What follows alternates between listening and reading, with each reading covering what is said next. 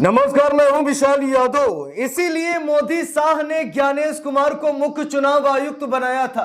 राहुल गांधी लाख मना करते रहे, राहुल गांधी बार बार कहते रहे कि ज्ञानेश कुमार को मुख्य चुनाव आयुक्त न बनाया जाए, क्योंकि ज्ञानेश कुमार कई बार मोदी शाह के साथ काम कर चुके हैं। मोदी शाह के नौकरशाह के रूप में कई बार ज्ञानेश कुमार अपनी दस्तक दे चुके हैं। कई सालों तक अमित शाह के साथ अच्छा संपर्क रहा, अमित शाह के साथ मिलकर काम करते रहे। इसीलिए राहुल गांधी ने बार बार कहा कि ज्ञानेश कुमार को मुख्य चुनाव आयुक्त न बनाइए। दोस्तों, एक मुख्य चुनाव आयुक्त थे राजीव कुमार।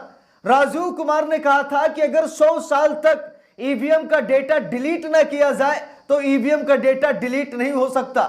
लेकिन दोस्तों, अब जाकर समझ में आया है कि ईवीएम का डेटा डिलीट भी होता है। हम सभी को बताया कि महाराष्ट्र चुनाव ले लीजिए, मध्य प्रदेश, राजस्थान, छत्तीसगढ़ का ले लीजिए, लोकसभा चुनाव ले लीजिए, हरियाणा ले लीजिए। दोस्तों, इन सभी चुनावों का डेटा चुनाव आयोग के पास नहीं है। राजीव कुमार ने कहा था कि 100 सालों तक डेटा डिलीट नहीं हो सकता। अब यही चुनाव आयोग कह रहा है कि हमारे पास डेटा ही नहीं है, यानी कि डेटा डिलीट कर दिया गया है। और दोस्तों, अब इसी डेटा को लेकर के ज्ञानेश कुमार ने एक नया नियम बना दिया है। नियम क्या है, देखना चाहेंगे।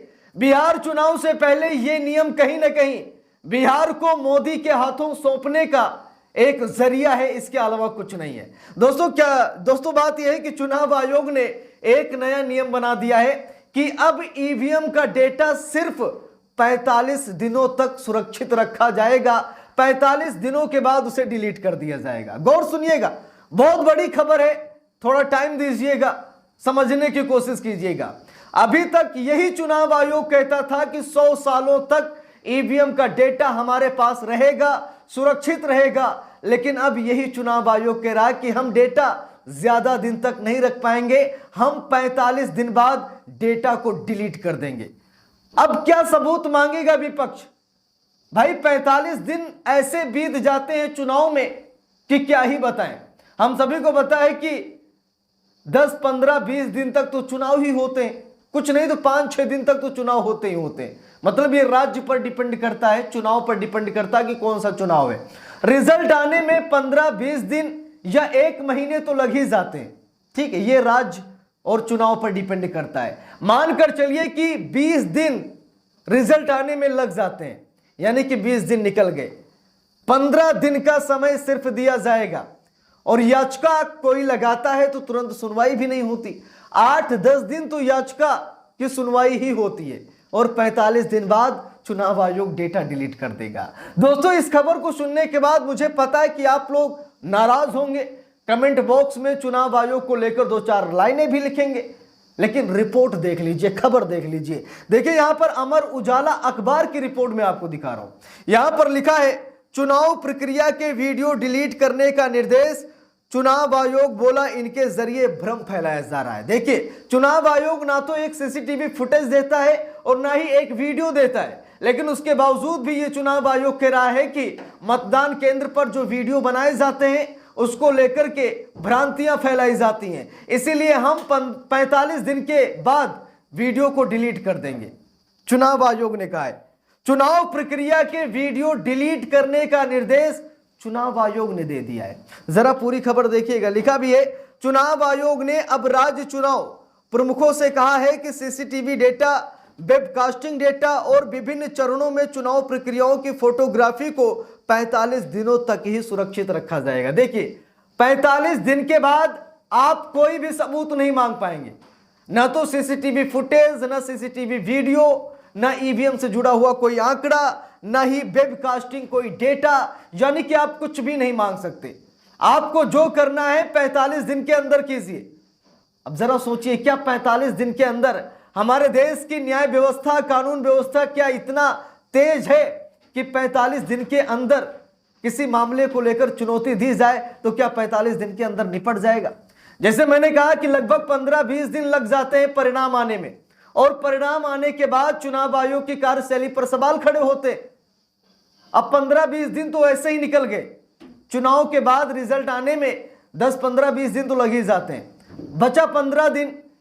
15 दिन में कोई क्या कर लेगा? क्या कोई ऐसी अदालत है जो 15 दिन के अंदर फैसला सुना दे? नहीं सुना सकती भाई, नियम कानून होते हैं, समय लगता है। आप याचिका लेकर जाते हैं, लगाते हैं, अप्रूवल मिलता है, सुनवाई होती है, फैसला आने में पता नहीं कितने दिन लग जाए, और 45 दिन बाद तो चुनाव आयोग डेटा भी डिलीट कर देगा। तो जो याचिकाएं लगाई गई हैं, भाई चुनाव आयोग ने नियम बनाया कि 45 दिन बाद हम डेटा डिलीट कर देंगे। तो दोस्तों इसे आप लोग क्या कहेंगे, कमेंट करके जरूर बताइएगा। देखिए लिखा है, चुनाव आयोग ने राज्यों के मुख्य चुनाव अधिकारियों को निर्देश दिया है कि चुनाव प्रक्रिया के दौरान के इलेक्ट्रॉनिक डेटा जैसे वीडियो, सीसीटीवी फुटेज आदि को चुनाव प्रक्रिया पूरी होने के 45 दिन बाद नष्ट कर दें। चुनाव आयोग का कहना है कि उनके वीडियो फुटेज का इस्तेमाल दुर्भावना और भ्रम फैलाने के लिए किया जा रहा है। चुनाव आयोग ने राज्य चुनाव अधिकारियों को निर्देश दिया है कि यदि 45 दिन की अवधि के भीतर अदालतों में चुनाव नतीजों को चुनौती नहीं दी जाती है तो वे 45 दिनों के बाद चुनाव प्रक्रिया के सीसीटीवी कैमरा, वेबकास्टिंग और वीडियो फुटेज को नष्ट कर देंगे। देखिए, यानी कि लोकतंत्र का गला कैसे घोंटा जा रहा है, आप लोग चुनाव आयोग के निर्देश को देखकर समझ सकते हैं। चुनाव आयोग के नए निर्देश देखिए क्या लिखा है। चुनाव आयोग ने 30 मई को राज्य के मुख्य चुनाव अधिकारियों को लिखे पत्र में कहा था कि उसने चुनाव प्रक्रिया के दौरान कई रिकॉर्डिंग उपकरणों, फोटोग्राफी, वीडियोग्राफी, सीसीटीवी और वेबकास्टिंग के माध्यम से चुनाव प्रक्रिया के विभिन्न चरणों को रिकॉर्ड करने के निर्देश जारी किए हैं। हालांकि चुनाव संबंधी कानून ऐसी रिकॉर्डिंग को अनिवार्य नहीं करते हैं, लेकिन आयोग आंतरिक प्रबंधन के लिए इसका उपयोग करता है। हालांकि सोशल मीडिया पर गलत सूचना और दुर्भावनापूर्ण बातें फैलाने के लिए इस सामग्री का दुरुपयोग किया गया है, जिसके कारण समीक्षा की जरूरत है। चुनाव आयोग ने अब राज्य चुनाव प्रमुखों से कहा है कि सीसीटीवी डेटा, वेबकास्टिंग डेटा और विभिन्न चरणों में चुनाव प्रक्रियाओं की फोटोग्राफी को 45 दिनों तक ही सुरक्षित रखा जाएगा। आयोग ने कहा है कि अगर किसी विशेष निर्वाचन क्षेत्र के संबंध में कोई चुनाव याचिका दायर नहीं की जाती है तभी डेटा को नष्ट किया जा सकता है। तो दोस्तों चुनाव आयोग ने यह भी कहा है कि आपको 45 दिन का समय मिलेगा, लेकिन अगर आप कोर्ट में चैलेंज करते हैं तो शायद आपको एक्स्ट्रा टाइम दिया जा सकता है, लेकिन आप जिस जगह के लिए आप कोर्ट में जाएंगे वहीं का डेटा शायद रोका जाएगा, बाकी डिलीट कर दिया जाएगा। जैसे कि मान लीजिए बिहार विधानसभा चुनाव होने वाला है और बिहार की किसी एक सीट पर किसी ने आपत्ति दर्ज कराई कोर्ट में, तो उस सीट का ही डेटा संरक्षित रखा जाएगा, बाकी डेटा उड़ा दिया जाएगा। तो दोस्तों ये तो हैरान करने वाली बात। भाई 45 दिन होते क्या है, कुछ नहीं होते।